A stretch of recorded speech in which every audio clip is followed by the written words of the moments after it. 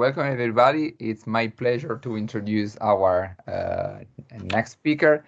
We will be hearing from Ari Stern, who is Associate Professor of Mathematics and Statistics at the Washington University in St. Louis, and is an expert on different things, but today we'll talk about structure preserving numerical methods or structure preserving numerical integrators. Please.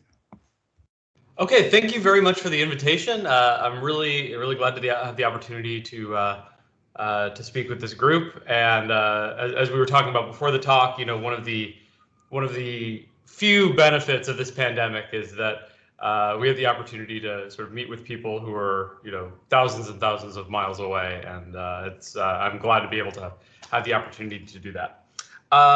So today I'm going to be talking a little bit about what are called structure-preserving numerical integrators, which are methods for certain types of methods for the numerical solution of ordinary differential equations. As Masi mentioned, I work on a number of things, including methods for partial differential equations. But today I'm really going to be focusing on sort of the dynamics and sort of integrating systems in time. So here's just a quick introduction to fix the notation. So suppose we've got a first order initial value problem, right? So we're looking for some curve y of t in some, say, d-dimensional space, such that y dot is equal to f of y, where f is a vector field, and I've given some initial conditions at time 0, right? And if we look at the solution for various initial conditions y naught, this defines the flow map, which basically takes the initial conditions to the solution at time t, and I call that map phi sub t. So what is a numerical integrator? Well, generally for nonlinear systems, we don't have a formula for what the solution is. So what we do is we approximate this flow map for a very small time h by a map that I write as capital phi sub h. So this is some sort of approximation to the flow that we can actually compute. So if we apply this map phi of h once, we sort of take our initial condition and we advance it by a small time step. And if we keep doing that, we can advance and do a simulation over longer intervals of time. Right, and so there's a lot of sort of well-known theory about these methods going back hundreds of years, and we teach this to undergraduates in their first course on differential equations, how to do Euler's method and things like that. But in general, some of the dynamics that arise, especially in physical systems, have much more structure than this, right? This is just a generic differential equation. It could be anything. The differential equations come from physics, though, are very special. So for example, they may be Hamiltonian systems, meaning that they're conservative, they satisfy some variational principles, symmetries, conservation laws, and all of those properties. So for example, conservation of energy, conservation of linear momentum, conservation of angular momentum, that you see in physical systems are sort of encoded in the special structure of this vector field f, and they result in special properties of this map, this flow map phi of t. The idea of structure-preserving numerical integrators is, so normally if I were just to hand you some differential equation that didn't have any structure, you might just say, well, what do I want? I want to make sure that the error at each step is small.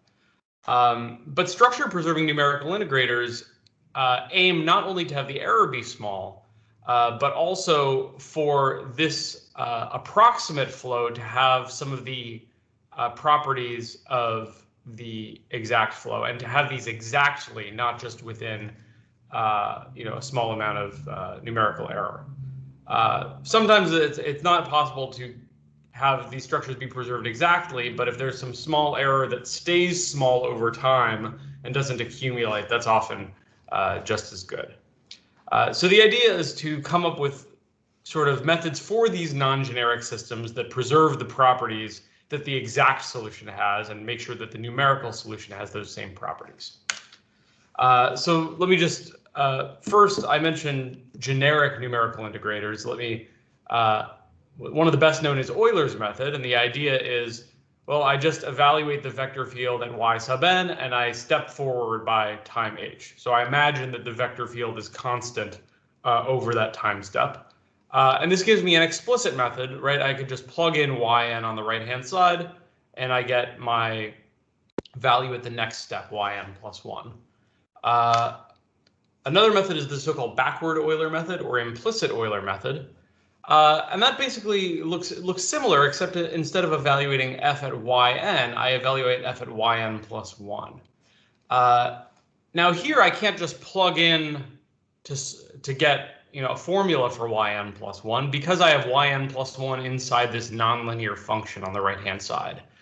So to apply the backward Euler method, you generally need to solve a nonlinear system of equations for yn plus 1 using Newton's method or a similar root finding method. So those methods are both order 1, meaning that the error sort of shrinks linearly as we shrink the time step size.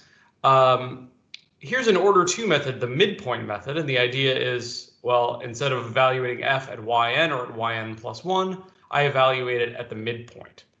This is also an implicit method because yn plus 1 appears inside this nonlinear function, meaning that I actually have to solve for it using Newton's method or something like that.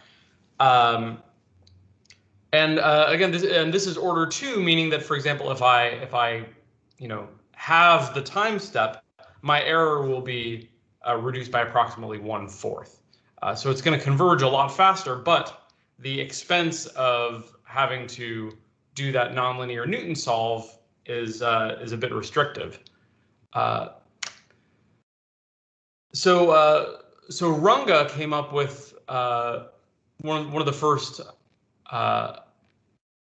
explicit higher order methods. And the idea is that rather than evaluating f at the midpoint, what I can do is I can do half a step of Euler's method to get an approximation to the midpoint and then evaluate f there. So here I can just plug in yn on the right-hand side and I get a formula for yn plus 1. So this is explicit. It's a little more expensive because I have to evaluate f twice, but it's generally going to be, it may be substantially cheaper than having to use an implicit method like midpoint. And there are more sophisticated versions of this where basically we apply steps of Euler to get sort of some intermediate approximations and then combine them into a higher order estimate. Maybe the best known is the classic Runge-Kutta method, which is sometimes called RK4 because it's fourth order. Right, so we evaluate f at yn at 2 different approximations to the midpoint and then an approximation to the endpoint, right? And we combine them all in this fashion and we get a fourth order approximation. So this is, in introductory ODEs, you generally learn this method, and maybe you'll see this one, and this is sort of the workhorse method that a lot of people use for general purposes or variants of it. Runge-Kutta methods like these ones. And in fact, there's a more general family of Runge-Kutta methods with more stages. So this one has 4 stages, K1, K2, K3, K4, right? And the idea is basically each of these Ki's as we evaluate f at some approximation to a point in our interval, and then we combine them all using these weights ai, j, and bi. There are Runge-Kutta methods that are higher order than 4, but the number of stages grows pretty quickly. So, for example, for a 5th order method, you need more than 4 stages. I think you need 6 actually. And a lot of the theory behind these, the modern order theory of Runge-Kutta methods was worked out in the 60s and 70s. So what I'm going to be talking about, so that's sort of generic numerical integrators, and I'm going to be talking about some alternatives to those.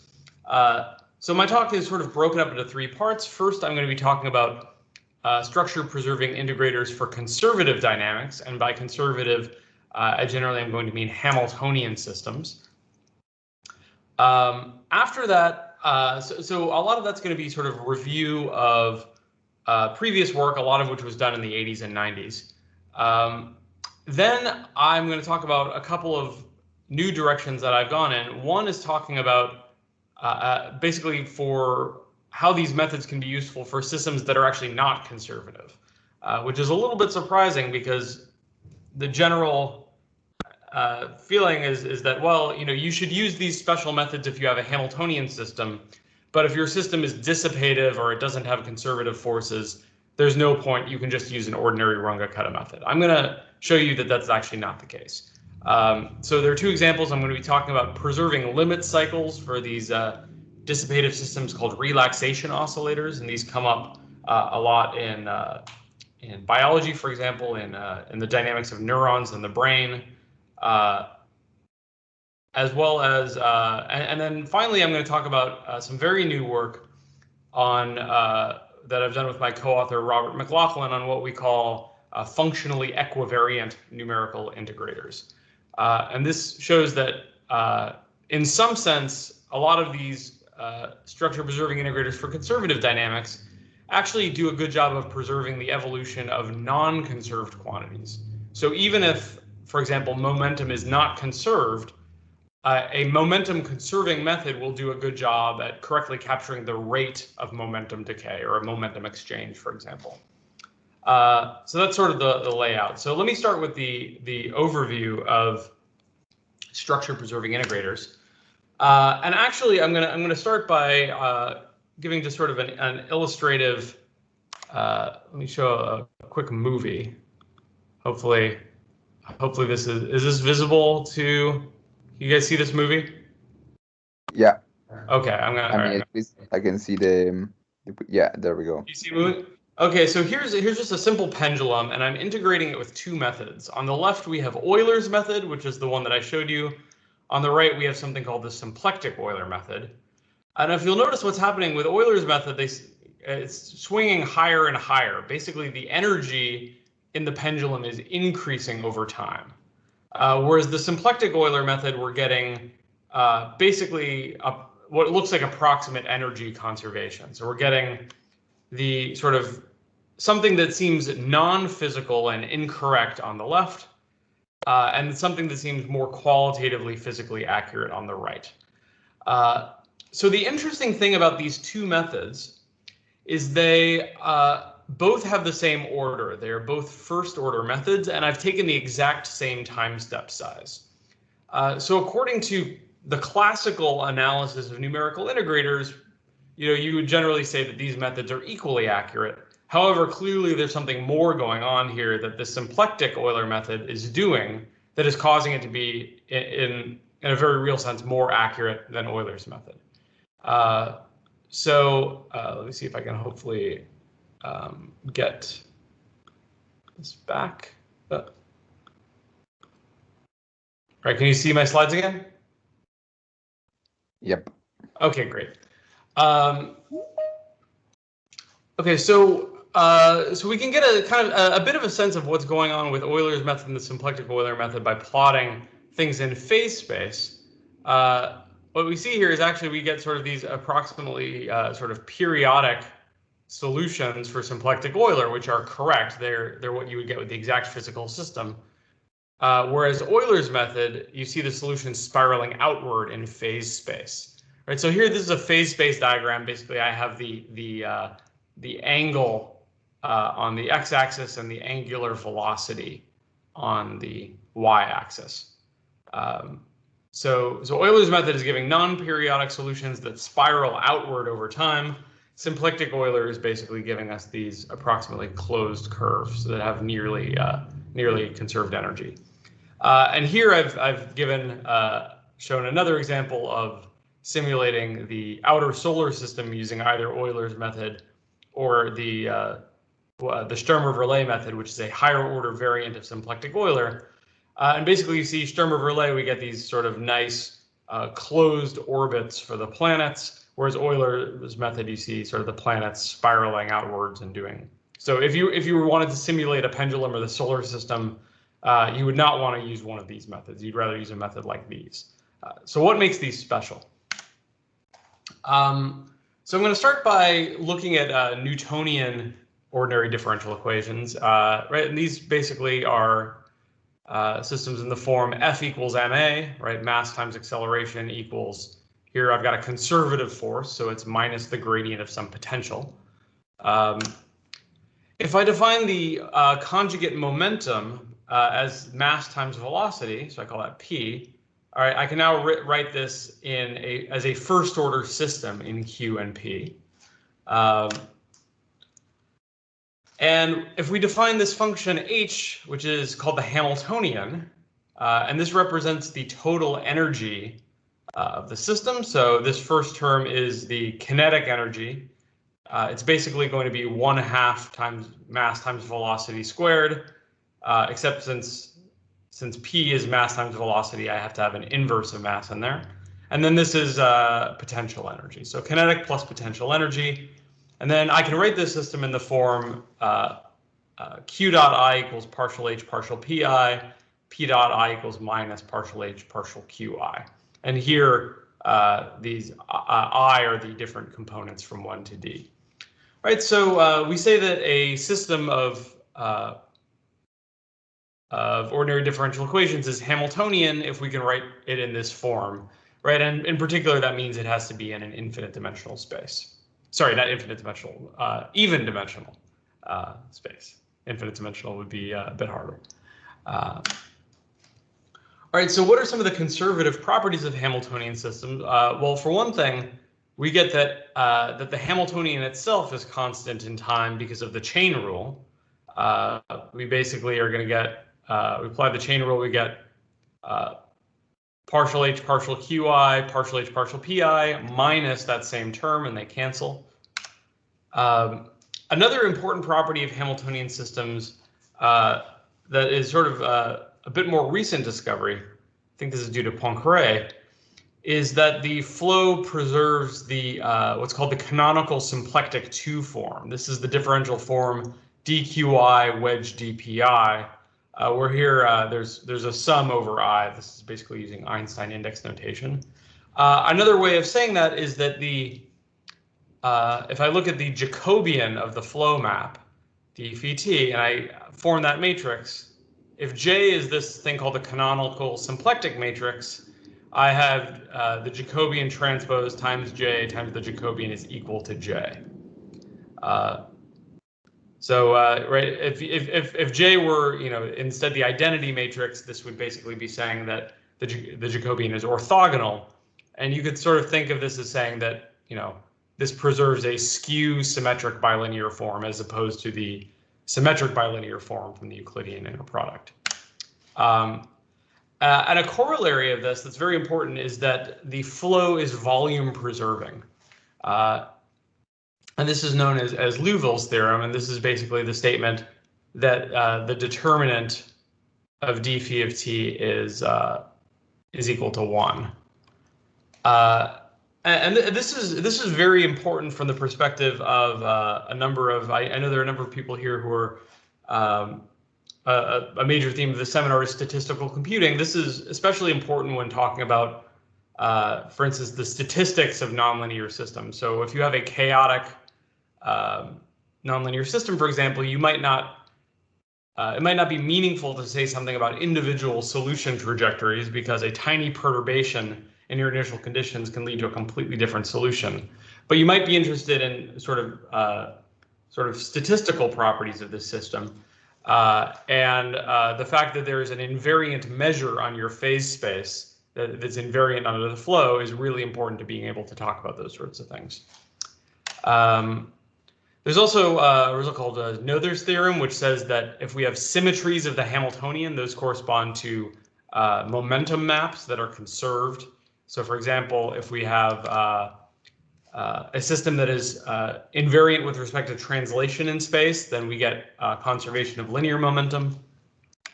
If the Hamiltonian is rotationally invariant, we're going to have a law of conservation of angular momentum. And typically, if we have the invariants that we get from Noether's theorem have sort of this following form. They're basically, there's a term that's bilinear in P and Q, and then there's a term that is basically linear in P. Okay, so what are symplectic integrators? Symplectic integrators are numerical integrators that have the property that when we apply them to a Hamiltonian system, the numerical flow is also a symplectic map, meaning that it's Jacobian satisfies this equation of preserving J. In particular, this means that the determinant of the Jacobian is 1. So these symplectic integrators, when we apply them to Hamiltonian systems, they're going to preserve phase space volume. And this is important, as I mentioned, for applications to statistical computing, not only problems where you might be interested in looking at the sort of statistical behavior of nonlinear dynamics, but they've also been used. They play an important role in so-called Hamiltonian Monte Carlo. And there's a really interesting result, and in the form I'm stating it here, it's due to Botchev and Scoville from sometime in the 90s. I want to say 94 maybe. It says that a Runge-Kutta method is symplectic if it conserves all quadratic invariants. And that includes these previously mentioned momentum maps. So if I apply a symplectic integrator to a Hamiltonian system that has a law of conservation of momentum, then my numerical method will also conserve that momentum. By the way, I just wanted to mention this fact or lack thereof can sort of explain a little bit what we saw with the pendulum. If you think of in phase space, if we have actually, let me just back it up a sec. Right, if we have sort of a closed curve representing sort of an exact solution, right, basically a periodic solution to the system, if I apply Euler's method, that circle is not going to stay the same volume. In fact, it's going to expand. Right, it's going to expand in area as these solutions spiral outwards. Whereas this one, if I draw a loop, the area inside that curve is going to stay constant. So it's going to be impossible for the solutions to spiral outward, because that would cause the area of a region in phase space to increase.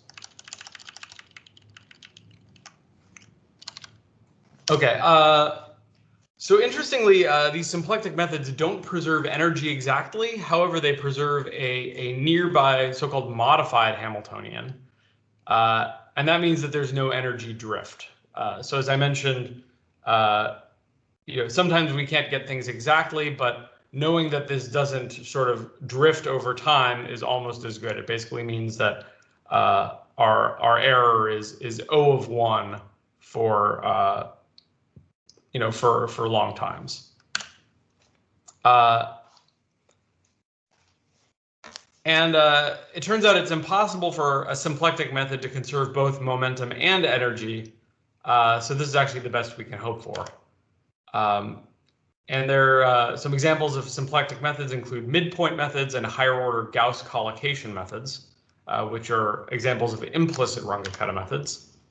It turns out all explicit Runge-Kutta methods are not symplectic. So if you use RK4 or even higher order explicit Runge-Kutta methods, you're never going to get those good properties that we saw from that very low order symplectic Euler method. So how do we get explicit symplectic integrators? So this symplectic Euler method is the one that I showed the movie for, where it was behaving well. If we were applying the ordinary Euler method, I would evaluate both of these functions on the right-hand side at Qn and Pn. But for the symplectic Euler method, we do something very simple. We compute the update of Pn first. Right, and we have Pn plus 1. And after that, it's like, well, we have Pn plus 1 now, so we plug that new P in when we update Q. So there's a bit of an asymmetry here. So I update P using the old Q, and I update Q using the new P.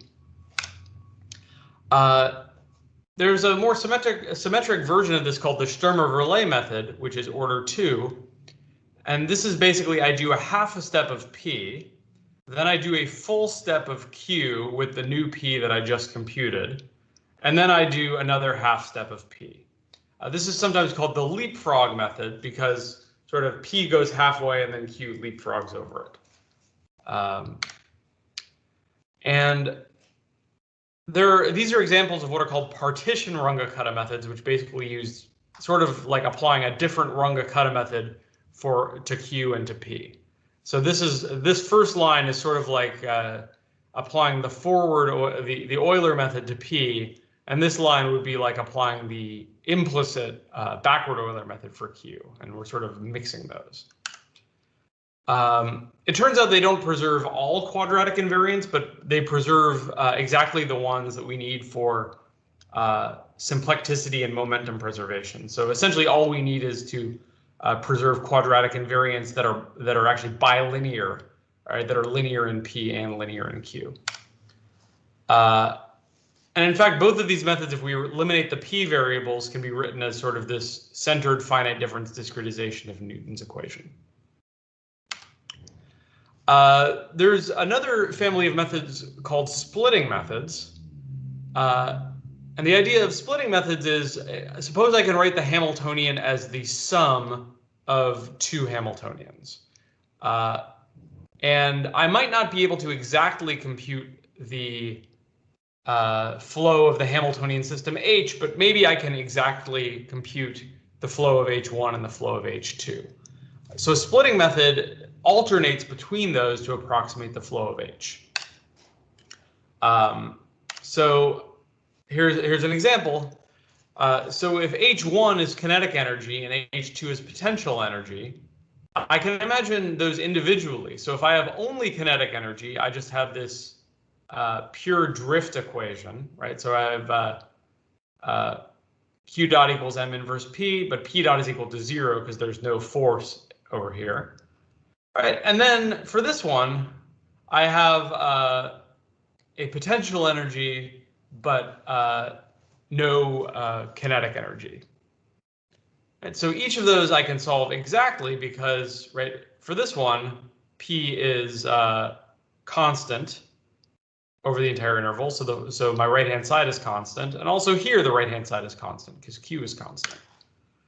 And the symplectic Euler method could just be seen as composing, right? First I do the flow of this one, then I do the flow of this one. And this is called the Lie-Trotter splitting, right? And since each of these is Hamiltonian, that means their flow is symplectic, and therefore the composition of the flows is symplectic. Sturmer-Verlet uses something called the Strang splitting, where I do half a step of this one, then a step of this one, then half a step of this one. All right, and we can get higher order methods by alternating repeatedly with fractional steps, sometimes having to backtrack, just alternating back and forth between these two. And we can use splitting to preserve structures other than symplecticity. For example, splitting can be used to do volume preservation for non-Hamiltonian systems, to preserve foliations, to define methods on manifolds. So splitting is a very sort of powerful and flexible idea. So that's sort of the overview of sort of some of these classic methods for preserving structures of Hamiltonian ODEs. So next, I'm going to start talking about some more recent work of myself and my co-authors, extending these methods and these ideas to non-Hamiltonian systems. So first, I'm going to be talking about limit cycle preservation of what are called relaxation oscillators. So the term relaxation oscillator was coined in a paper by van der Pol, who introduced this system here. So this system is called the van der Pol oscillator. So here I'm using X1 and X2 instead of Q and P, but you can think of them as Q and P if you'd like. And if I had epsilon equal to 0 here, this would just be the way of writing the simple harmonic oscillator in first order Hamiltonian form. So basically I'm taking the simple harmonic oscillator and I'm adding a dissipative term here. And this has a really interesting property, which is that when this dissipation is small, right, there is a fixed point at the origin and a limit cycle with approximate radius 2. So for the harmonic oscillator, when epsilon is equal to 0, right, I have several periodic orbits, right? I have periodic orbits with every radius, basically circles in the phase plane. However, when I introduce that this dissipation, what happens is this basically pushes the solutions inside the circle of radius 2 outwards, right? It sort of adds some forcing to push it outwards, and it damps solutions outside, right? So it pushes them inwards. So instead of having all of these circles, I basically have only one circle remains and everything else spirals towards it. So this is an example of what's called a limit cycle. And what's interesting here is that this system has periodic behavior, even though it's not a Hamiltonian system, right? Because I have a dissipative force here. It still has what appears to be the kind of orbit you would see from a conservative system. And van der Pol actually explained this behavior. What we can do is transform into what are called action angle variables for the simple harmonic oscillator. So I define A to be the energy, and I define theta to be the angle in the phase plane. Right, and if I change variables, I can write the system in this way. And when epsilon is very small, what happens is that A, basically the distance from the origin, essentially, changes very slowly, right? It's O of epsilon, whereas the angle is O of 1. So the angle, so this system is oscillating very quickly compared to changes in the amplitude. So what we can do is we can average over a single orbit, and we get these averaged equations for the amplitude, and we see that there's a fixed point at alpha equals 0 and at alpha equals 2. So when epsilon is negative, this fixed point at the origin is stable, and the limit cycle with radius 2 is unstable. When epsilon is greater than 0, these flip, and we have what's called a Hopf bifurcation. So if you imagine, you had if epsilon's less than 0, and you have sort of a solution just sort of sitting at the origin at this fixed point, and you were to gradually increase epsilon, right? As soon as epsilon becomes positive, this fixed point becomes unstable, and any small perturbation will cause this system to go from a resting state to an oscillating state. And this is a similar sort of thing that comes up in a lot of systems, including in neuronal dynamics. So there are these equations called the Hodgkin-Huxley equations that Hodgkin and Huxley proposed in the 50s and won a Nobel Prize for, that basically describe how the voltage in a neuron responds to input currents. And there's a similar sort of bifurcation kind of phenomenon. Basically, if the current is low, the neuron stays at rest. However, if the current exceeds some threshold, there's a Hopf bifurcation, or there's a bifurcation, and the system goes from a resting state to an oscillating state. And the limit cycle is shown here. And it results in the neuron firing out these periodic voltage spikes that are called action potentials. And this is basically the way that neurons talk to one another. So in order to simulate these, I'm going to introduce what I'm going to call conditionally linear systems of ODEs. And a conditionally linear system is one that basically looks like a linear system, but it has the property that for each xi, the coefficients in xi dot only depend on the other x coefficients, right? What this means is that xi dot is linear in xi itself, and any nonlinearity is only in the other variables. And it turns out that both Hodgkin-Huxley and the van der Pol oscillator are examples of these, and the goal is to evaluate these with as few evaluations, to integrate them with as few evaluations of these nonlinear functions ai and bi as possible. Right. So if I fix all of the xj's where j is not equal to I, right, then these ai and bi become constant, and I have a linear ODE with constant coefficients, which I can solve exactly. And the exact solution, this is a non-homogeneous linear ODE with constant coefficients, right? This basically tells us how how xi evolves, right, and xj remains constant. Right, so I can do that for each of the coefficients I. And if I wanted to, I could replace this flow by an approximate flow, where I could say apply a Runge-Kutta method, for instance, to this sort of restricted system where I've got all the xj's dots equal to 0.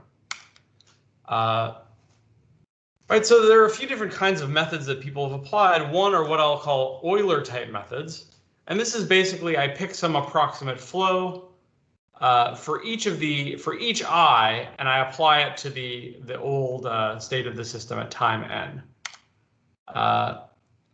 So one example is Euler's method. Another is what's called the exponential Euler method. This basically says we freeze all the variables at time n, and then evolve each of the variables individually by solving that non-homogeneous linear system with exponentials.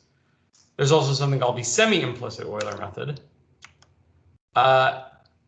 And these last two have been widely used and promoted in neuronal dynamics because they have much nicer stability properties than Euler's method or other explicit Runge-Kutta methods. So I'm going to introduce a more general type of splitting method. And the idea is I'm going to take the approximate flows for each of the coefficients and I'm going to compose them all together symmetrically. And if I use the exact flows, this is something called a symmetric splitting method. So for example, so the difference is that these Euler type methods I showed on the previous slide sort of flow all the coefficients in parallel, whereas these composition methods and splitting methods flow in series. Basically, first I do one coefficient, then I do another coefficient, and so on. Very similarly to what we saw with Sturmer-Verlet and the symplectic Euler method.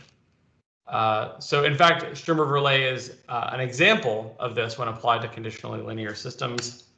Another is this thing called the Strang splitting method, where I actually use the exact exponentials to solve those individual linear systems.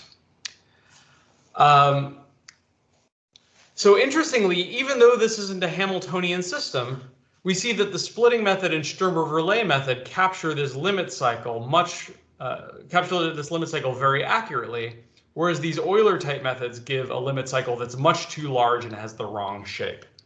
And there's actually a theorem, this is with my co-authors Chen and Ron, that was last year in Science Journal Scientific Computing, basically explaining that why these symmetric splitting and composition methods have approximately the correct limit cycle radius, while these Euler type methods have distortion in the limit cycle radius.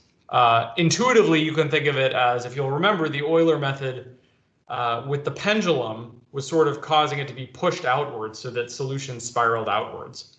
And as I mentioned, this limit cycle for the van der Pol oscillator came from sort of this balance between solutions that were near the origin being pushed outwards and solutions that are far away being pulled inwards and sort of balancing out around radius 2.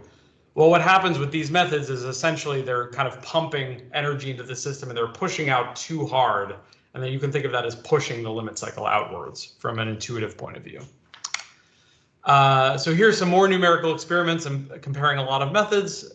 All of the Euler type methods, you see the limit cycle, everything starts out fine, but when we increase the time step size, these limit cycles expand and sort of become completely wrong. Whereas all of these other types of methods, which are based on sort of structure preserving methods, exponential midpoint is not a structure preserving method. That looks okay until this point, and you start seeing the limit cycle having the wrong behavior. These ones on the right half are based on structure preserving methods, and we actually see that even though this is a non-Hamiltonian system, we get good preservation of the limit cycle. Right, and we also see something similar with the Hodgkin-Huxley neuron equations. Here, due to some stiffness, the Sturmer-Verlet method starts to experience some instability that you can sort of see as the spikiness here. But the splitting method performs very well, and it actually captures the correct spiking rate of a neuron, whereas these other methods, exponential Euler and the semi-implicit Euler, spike too slowly, and the amplitude of the spiking is too low. And here are just some more numerical experiments. Again, here we've got exponential Euler and SI Euler, sort of, and as we increase the time step size, we see that this the shape of this limit cycle is breaking down, whereas these two splitting methods here actually do a pretty good job, even though obviously there's going to be some error. It sort of has qualitatively the right shape. And again, we see that these methods on the right half sort of have a better preservation of the spiking behavior, although Sturmer-Verlet eventually becomes unstable. But these splitting methods do very well, even for large time steps. So last but not least, I want to talk about another sort of very general way of looking at the application of structure-preserving integrators to non-conservative systems. We know about the evolution of conserved quantities, but what do these methods do for non-conserved quantities? It turns out they actually have some very nice behaviors. Again, suppose I have a dynamical system that looks like y dot equals f of y. And let's say I have some functional big F of y, which is scalar valued. Well, by the chain rule, that functional evolves in time according to the derivative of f with respect to y times y dot, which in this case is little f of y. Right? And if the right-hand side is 0, this is an invariant of the dynamics. So for example, if I have a system that has energy conservation or momentum conservation, or whatever, I'll have 0 on the right-hand side for that particular observable. And I'm going to call script f. I'm going to say script f is a particular class of functionals. So it might be linear functionals, quadratic functionals. And we can ask whether a numerical integrator preserves invariants in that class. So for example, if a linear function is invariant, does that imply that the numerical integrator preserves that linear function? And as I mentioned, symplectic integrators are very intimately tied to the conservation of certain quadratic invariants. Right? So all Runge-Kutta methods, it turns out, preserve affine invariants. And symplectic Runge-Kutta methods also preserve quadratic invariants. So one question you might ask is, what about functionals that are not necessarily invariant? Suppose I have some quadratic functional, like quadratic energy, that is dissipated over time.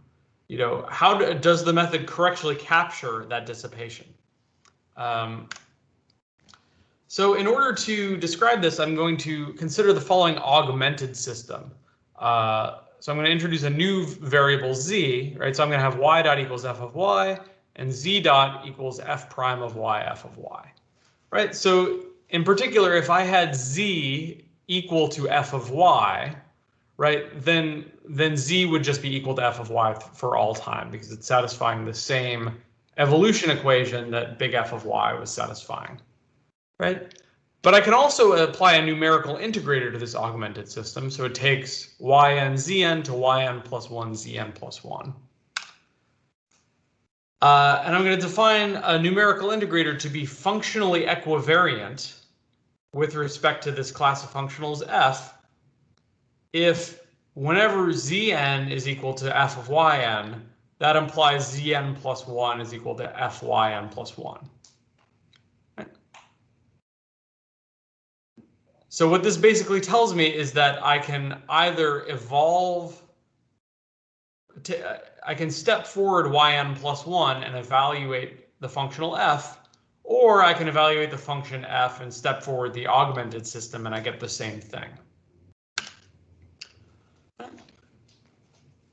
Now, and then preservation of invariance is just the special case where this thing here is equal to 0. Right? So if the augmented system has z dot equals 0, this just tells me that zn plus 1 is equal to zn, meaning that we have preservation of that invariant.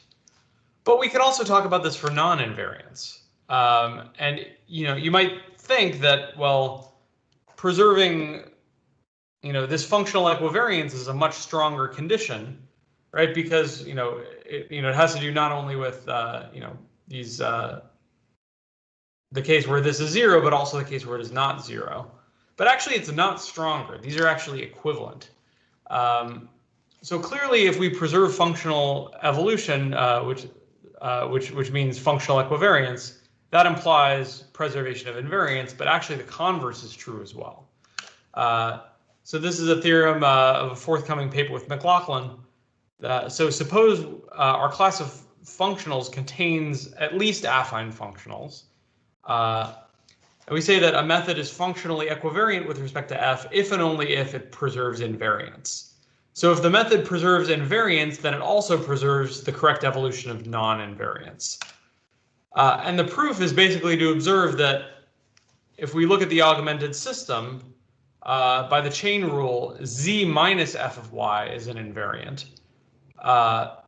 And if we look at the map taking y, z to z, that's a linear functional. So if big F is in our class of functionals, then so is this invariant z minus f of y, and therefore this is preserved by the method.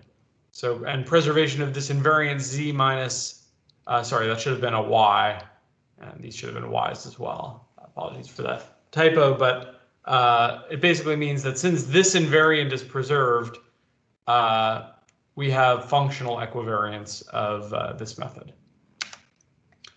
So some applications include local conservation and balance laws and time-dependent PDEs. So in PDEs, for example, you might have things like charge conservation in Maxwell's equations. And the law of charge conservation doesn't only tells you not only that total charge is conserved, but also that if you look at an individual region of space, right, the charge in that region may go up and down, but it has to be balanced out by flow through the boundary. So it's basically sort of tells you that the change in relates the change in charge to the current. Right. So this implies that. So I've done some work on charge conserving finite element methods for Maxwell's equations and the Yang-Mills equations with my former postdoc Yasha Burchenko-Kogan. And what this implies is that these sort of local balance laws are also preserved by structure preserving integrators, even though the charge in each region is not constant. It correctly preserves the balance laws. There are also these things called multi-symplectic finite element methods that McLaughlin and I have introduced, and these are basically multi-symplectic is a generalization of what it means to be symplectic for Hamiltonian PDEs. And this implies that if we use a multi-symplectic finite element method in space, then we can apply a symplectic integrator in time, and the space-time conservation law is preserved correctly. Right, we can apply it to evolution of functionals by Hamiltonian dynamics. So this is the Poisson bracket. Invariants are the case where the right-hand side is 0. But this tells us that symplectic integrators are actually going to preserve the evolution of quadratic functionals more generally, even ones that are not invariant. We can also look at systems that have multiple subsystems that may exchange energy and momentum among them, similarly to how, for example, charge may be exchanged between neighboring regions in space and electromagnetics. And this tells us that if we use a structure preserving integrator, the rates of sort of local exchange in these quantities, right? So I could take f to just be the amount of momentum in a particular region in space, it tells me that that evolution and balance equation is going to be correctly preserved. We can also look at evolution of momentum maps under non-conservative dynamics. So, for example, even if I have a system where angular momentum is conserved, I know that applying a symplectic integrator will give me exact conservation of angular momentum.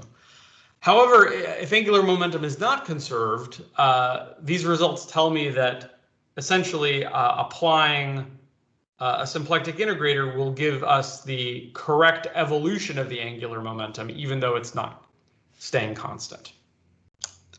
And we can also do this with dissipation and other balance laws.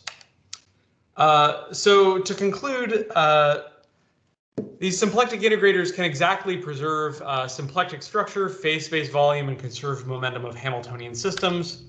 I've shown some new results showing that these are also useful for non-conservative systems, including preserving limit cycles of relaxation oscillators, neuronal dynamics, balance laws for non-invariant functionals, and that's it. So thank you very much. Here are some references.